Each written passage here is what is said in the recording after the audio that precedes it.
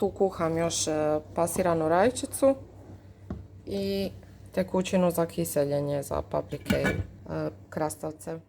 Ovo je nastavak videa što sam kupila i ubrala prije mora. Neki recepti su već objavljeni pa neću u detalje, ako vas šta zanima slobodno me pitajte. Prvo sam napunila staklenke pasiranom rajčicom i povrćem iz vrta. Pome sam dobila od susjede već drugi put pa sad imam 20-ak manjih staklenki pasirane rajčice. Sara je u vrtiću jela kolač od maka pa me žicala da joj napravim, a mom mužu je ovo najdraži kolač pa sam riješila 2 muhe jednim udarcem. U 400 ml mlijeka sam stavila 50 g šećera i 200 g maka i kuhala na srednjoj temperaturi 10 minuta. Dodala sam 150 g maslaca, 200 g čokolade i žlicu ruma i dobro promišala da se sve sjedini. Autorica recepta čokoladu koristi za glazuru, ali meni ovako bolje.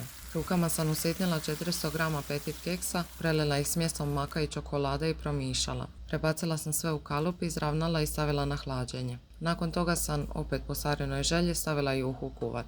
Ubacila sam unutra svega i svačega jer je cilj svega ovog isprazniti frižider prije puta. Zamislila sam tijesto za hrenovke po receptu Moja mala kuhinja, obožavam njene recepte za tijesta. Ispekla sam i kiš od pancete, blitve i lišća cikle. U preljev s vrhnjem sam stavila ljuti sir. Kiš sam omotala prijanjajućom folijom i zamrzla u kalupu. Da se riješim prve buće iz vrta, napravila sam bučnicu. Neću vam ostavljati recept jer se i ja još učim, sigurno imate boljih bučnica od moje na internetu. S obzirom na to koliko mi bući raste iza kuće, ovo će biti godina u kojoj ću se ispraksirati.